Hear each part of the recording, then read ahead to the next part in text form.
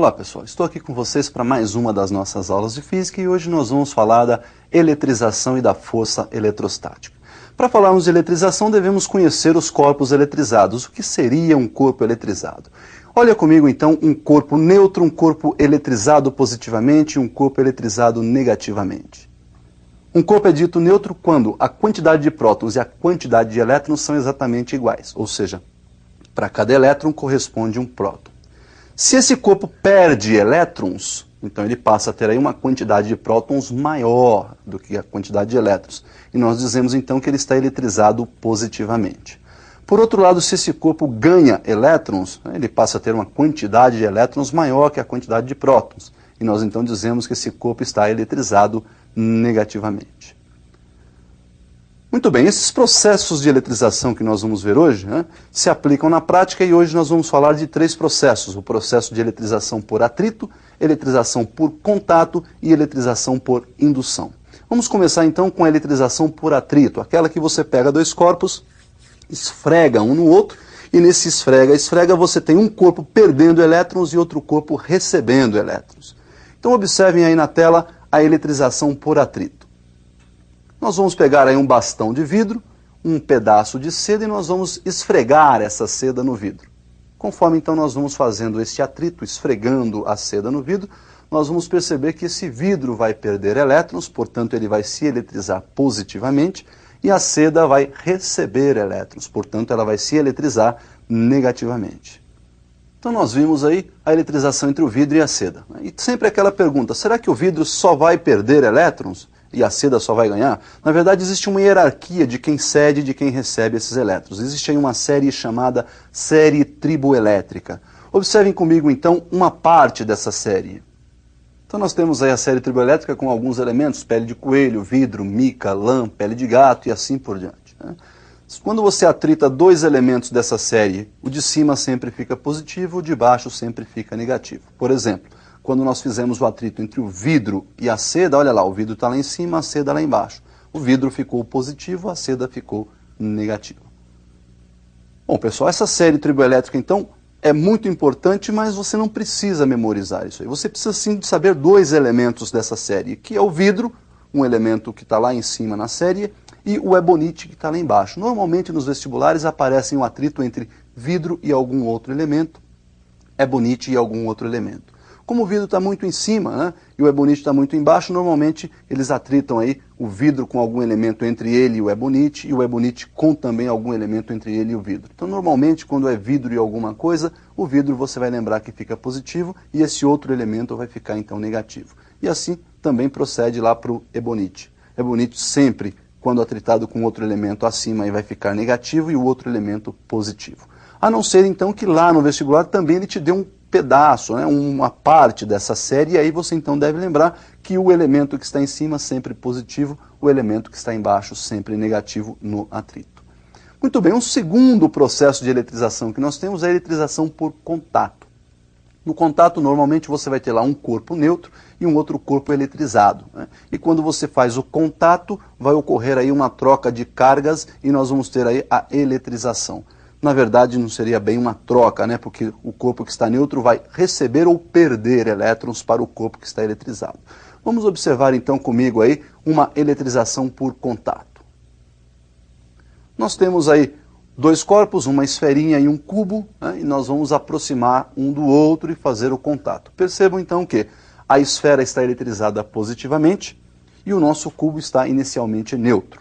Quando nós fazemos o contato entre cubo e nossa esfera, por ela estar carregada positivamente, ela está precisando de elétrons, está faltando elétrons na esfera. E, obviamente, aqueles elétrons livres desse nosso cubo vão se transportar, vão pular para essa nossa esferinha, para os átomos dessa nossa esferinha aí. Muito bem, quando você separa esses dois corpos, percebam então que por perder elétrons, o cubo também ficou eletrizado positivamente. Então nós temos aí o corpo que já estava eletrizado continua com a carga de mesmo sinal, e o corpo que agora se eletrizou, no caso o nosso cubo, também se eletriza com a carga do mesmo sinal da esfera. Olha lá, então nós vimos aí, pessoal, aquela eletrização por contato, vimos que as cargas vão ficar com os mesmos sinais, os corpos se eletrizam com carga iguais, porém as intensidades não serão iguais, porque esses corpos são diferentes, né? Nós podemos ter uma distribuição uniforme quando esses corpos em contato forem esféricos, metálicos e idênticos. Isso então é um caso particular. Observe comigo então este caso particular aí na tela. Então nós temos aí duas esferas, uma inicialmente carregada com carga positiva e a outra inicialmente neutra. Quando nós colocamos em contato, então vai haver a transferência de elétrons da esfera neutra para a esfera eletrizada e ao final então deste contato nós vamos ter aí os dois corpos eletrizados com cargas de mesmo sinal e mesma intensidade. E o terceiro processo por eletrização então é o que nós chamamos de eletrização por indução. Veja que agora nós vamos ter um corpo que nós vamos chamar de indutor, um segundo corpo que nós vamos chamá-lo de induzido, né? Não vai haver o contato entre os corpos e para que ocorra esse tipo de eletrização nós vamos precisar de um agente externo atuando aí. Então veja bem, nós vamos ter um corpo que está eletrizado, nós vamos chamá-lo de indutor, nós vamos ter um segundo corpo que será o induzido, então nós estamos supondo que esse corpo inicialmente está neutro e nós vamos ter que, para eletrizar esse corpo induzido, um agente externo atuando para que isso possa acontecer. Observe então comigo aí a eletrização por indução. Então, nós temos aí na eletrização por indução o corpo eletrizado que nós vamos chamar de indutor e o induzido que nós vamos então colocar aí próximo a esse indutor. Esse induzido inicialmente está neutro. Percebemos que quando ocorre a aproximação do corpo neutro ao corpo que está eletrizado, ao corpo indutor, as cargas elétricas desse corpo induzido elas vão se separar, ou seja, pela proximidade, então, do nosso corpo B a este corpo A, que está eletrizado positivamente, nós vamos observar que as cargas elétricas negativas do corpo B, elas tendem a ficar mais próximo possível do corpo A. Já as cargas positivas, elas devem ficar do lado oposto, ou seja, o mais distante possível. Contudo, se nós afastarmos novamente esses dois corpos, a gente vai perceber que essas cargas se juntam novamente e esse corpo B continua, permanece neutro. Então, afastando o corpo A do corpo B, nós vamos observar que não houve nenhuma eletrização. Para que ocorra essa eletrização, nós vamos ter que utilizar aí de um agente externo a esses dois corpos. Nós podemos, por exemplo, fazer um aterramento à esfera B, ao corpo induzido. Então, nós vamos novamente aproximar o corpo A do corpo B, ocorrerá a separação entre as cargas, negativo mais próximo lá do corpo A, e as cargas positivas, então, do lado oposto, né, ou seja, mais distante ao corpo A, e quando você faz o aterramento, ocorre aí um escoamento de elétrons, e aí o nosso corpo fica eletrizado com cargas de sinal oposto ao do indutor.